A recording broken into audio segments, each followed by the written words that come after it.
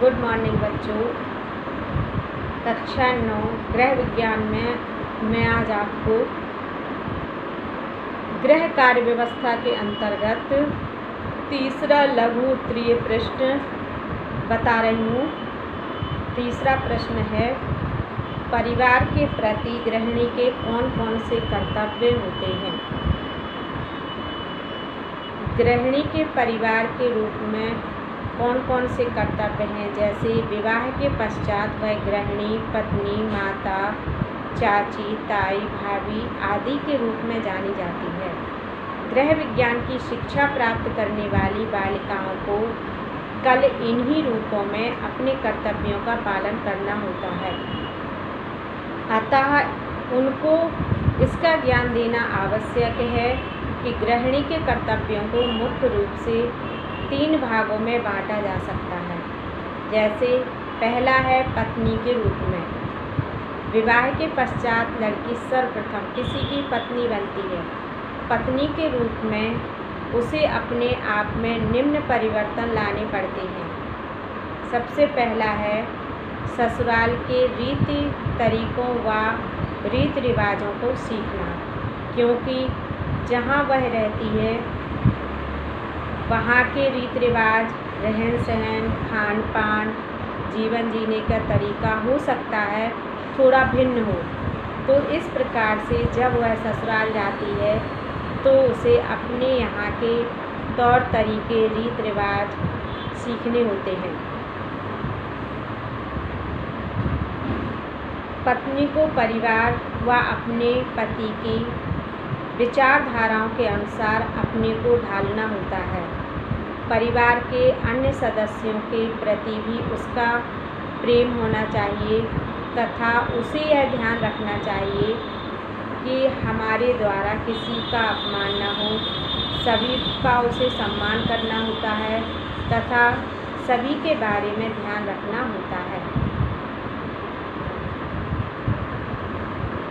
पति को भी अपनी पत्नी को बराबर का दर्जा प्रदान करना तथा दोनों को एक दूसरे के सहयोग में कार्य करना चाहिए। पत्नी को पति की आवश्यकताओं के साथ साथ परिवार के अन्य सदस्यों की आवश्यकताओं एवं भावनाओं का ध्यान रखना होता है। इसके बाद अभी आपने पत्नी के रूप में गृहिणी के क्या क्या कर्तव्य होने चाहिए इसके बारे में समझा। इसके बाद है माता के रूप में गृहिणी के क्या कर्तव्य होते हैं। पत्नी बनने के पश्चात स्त्री का माता बनना जीवन का एक आवश्यक भाग है। बच्चों को जन्म देने के साथ साथ माता का कर्तव्य भी और अधिक बढ़ जाता है, जैसे बच्चों के लालन पालन की पूरी जिम्मेदारी संभालना, माता का ही बच्चों के लिए प्रथम शिक्षिका होना, क्योंकि कहते हैं परिवार ही बच्चे की प्रथम पाठशाला होती है। पाठशाला में तो बच्चा जब 4 या 5 वर्ष का हो जाता है, इसके बाद जाता है, सबसे पहले घर के लोग ही उसे शिक्षित करते हैं। खास तौर से उसकी माँ उसे संस्कार देना शुरू कर देती है। बच्चों को भाषा की शिक्षा देना, बच्चों की वृद्धि एवं विकास को ध्यान में रखकर उनका पालन पोषण करना। इसमें गृह विज्ञान के अंतर्गत सिखाया जाता है कि किस वर्ष के बच्चे को किस प्रकार का आहार देना चाहिए, जिससे कि उनका विकास तेज़ी से हो सके और अच्छी तरह से हो सके, और बच्चों को किस महीने में कौन से टीके लगवाने चाहिए, इसका ज्ञान भी हमें गृह विज्ञान देता है। तो इस बात का भी ध्यान देना चाहिए। ऐसा नहीं है कि सिर्फ खिलाने पिलाने का ही ध्यान दिया जाए। टीकों का भी विशेष महत्व जीवन में आधुनिक युग के हिसाब से होता है। बच्चों में हर प्रकार की अच्छी आदतें डालना ताकि वे आगे चलकर एक अच्छे नागरिक बन सकें। अगर संयुक्त परिवार है तो बच्चे स्वयं ही बहुत सारी अच्छी और बुरी आदतें सीखते चले जाते हैं। उनके अंदर यह मिल बाँट करके खाना, सबका सहयोग करना, सबकी सेवा करना आदि गुण बचपन से ही उनके अंदर आते चले जाते हैं। लेकिन एकाकी परिवारों में बच्चों को हर प्रकार की सुविधाएं दी जाती हैं। कभी भी किसी भी बात की, किसी भी चीज़ की उनके पास कमी नहीं रहती है। इसलिए देखा गया है कि उनको इन गुणों का अभाव रहता है कि वह दूसरे की भावनाओं की कद्र करें, दूसरों की को भी अपने हिस्से का प्रदान करें। ये भावनाएं उनके अंदर कम देखी गई हैं। इसके बाद है गृह स्वामिनी के रूप में। एक गृहिणी अपने परिवार की गृह स्वामिनी भी होती है। परिवार में बच्चों के प्रति उनकी देखभाल के साथ साथ उसे परिवार के अन्य सदस्यों, संबंधियों, मित्रों आदि को भी संतुष्ट करना पड़ता है। गृह स्वामिनी के रूप में गृहिणी के कर्तव्य अत्यधिक बढ़ जाते हैं तथा उन्हें इन कर्तव्यों का पालन करना होता है। सबसे पहला है संपूर्ण गृह कार्य व्यवस्था। सबसे पहले घर को स्वच्छ रखना तथा व्यवस्थित रखना यह गृहिणी का कर्तव्य होता है। और गृहिणी इस कर्तव्य को अकेले नहीं करती है, बल्कि घर के प्रत्येक सदस्यों को कार्य सौंपे जाते हैं और सभी मिलजुल करके इस कार्य को पूरा करते हैं। तो इस प्रकार हर परिवार के लोगों की यह इच्छा होती है कि उनके परिवार में व्यवस्थित ढंग से कार्य हो तथा सभी सदस्यों की आवश्यकताओं एवं इच्छाओं की पूर्ति समय पर हो। इस कर्तव्य को निभाने के लिए उसे योजना बनाकर कार्य करना होता है। और घर के प्रत्येक सदस्य जब पूरी लगन, मेहनत और सौहार्द भाव से कार्य करते हैं तो निश्चित रूप से घर अधिक स्वच्छ और व्यवस्थित रहता है। दूसरा पॉइंट है परिवार में सुख व शांति रखना। गृहिणी को बहुत ही धैर्य के साथ जीवन व्यतीत करना होता है, क्योंकि उसके अंदर परिवार में काफ़ी जिम्मेदारियों का सामना करना पड़ता है। गृहिणी के कर्तव्य में यह एक प्रमुख कर्तव्य है कि वह अपने परिवार में सुख शांति का वातावरण रखने का प्रयास करे। यह कार्य वह अपने मधुर व्यवहार, त्याग, अपनी कार्य कुशलता से ही कर सकती है।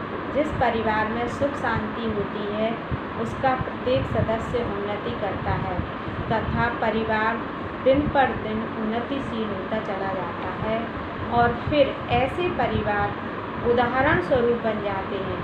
सभी उन परिवारों का उदाहरण अपने परिवार के लोगों को देते हैं। तीसरा पॉइंट है परिवार के लिए आवश्यक वस्तुओं की खरीद व उनकी देखभाल। बाजार सामानों से भरा हुआ होता है तथा हमें अपने बजट के अनुसार बजट को विशेष रूप से ध्यान में रखकर घर की आवश्यक वस्तुओं को खरीदना चाहिए। यह गृहिणी का ही कर्तव्य होता है कि वह सामान को व्यवस्थित तरीके से अच्छी सोच विचार करके खरीदे और फिर उनके रख रखाव की भी पूरी जानकारी रखे। ऐसा नहीं है कि हमने सामान तो बहुत महंगे खरीद लिए क्योंकि हमारे पास आर्थिक व्यवस्था बहुत अच्छी है, लेकिन अगर हमने उनका रख रखाव अच्छे से नहीं किया तो वह सामान शीघ्र ही खराब हो जाते हैं और हमारे धन का अपव्यय होता है और हम उनका उतना लाभ नहीं उठा पाते हैं जितना कि वे सामान हमें लाभान्वित कर सकते हैं। गृहिणी को परिवार के लिए भोजन तथा वस्तुओं की व्यवस्था करनी पड़ती है। गृहिणी के लिए यह उचित होगा कि वह अपनी आय के अनुसार ही परिवार के लिए आवश्यक वस्तुएं खरीदे। परिवार में खरीदी हुई वस्तुओं का संरक्षण अति आवश्यक है, अन्यथा वस्तुएं नष्ट हो जाती हैं और इनका परिवार की अर्थव्यवस्था पर प्रभाव पड़ता है। चाहे वह पहनने वाली वस्तुएं हों चाहे वह खाने वाली वस्तुएं हैं।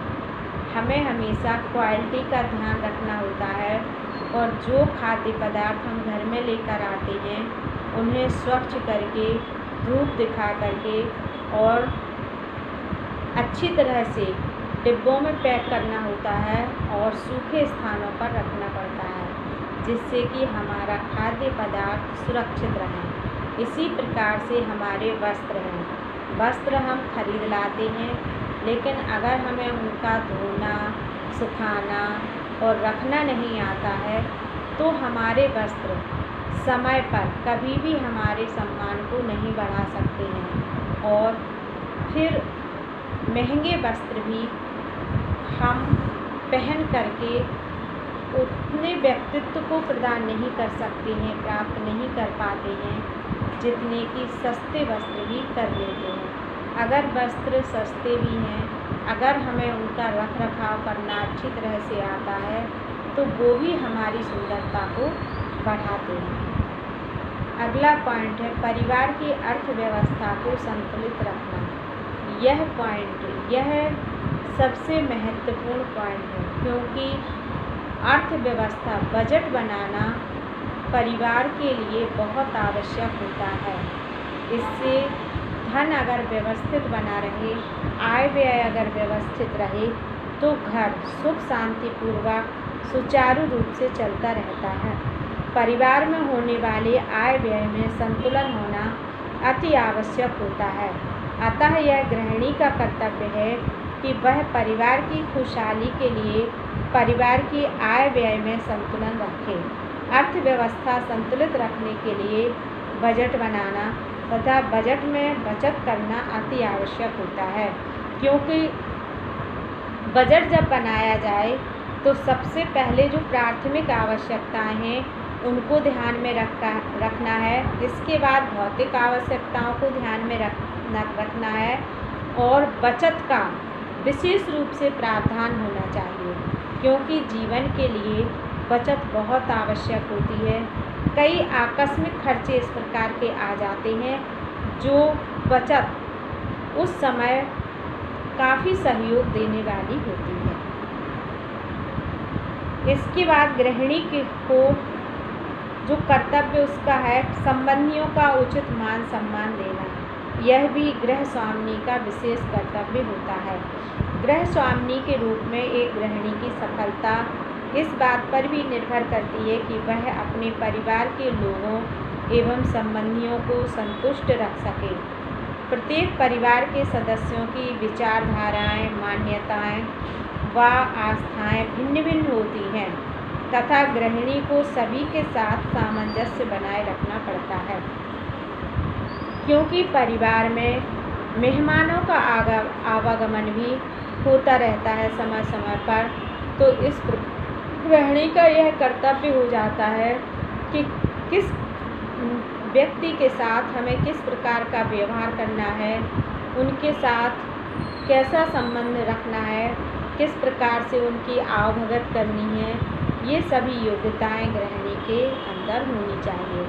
अतः एक योग्य व कुशल गृहिणी अपनी योग्यता, व्यवहारिकता व सूझबूझ से यदि इन कर्तव्यों को आसानी से निभाती है तो उसे कुशल गृहिणी कहा जा सकता है। तो इस प्रकार से आपने जाना कि गृह स्वामिनी के रूप में, माता के रूप में, पत्नी के रूप में गृहिणी के कई कर्तव्य होते हैं, और अगर गृहिणी सुशिक्षित है, पढ़ी लिखी है तथा अनुभवी है तो इन सारे कर्तव्यों को वह बड़ी सावधानी पूर्वक और अच्छी तरीके से निभाती है, जिससे कि परिवार सुख शांतिपूर्ण रहता है, व्यवस्थित रहता है तथा घर के सभी सदस्यों की इच्छाओं की पूर्ति होती है।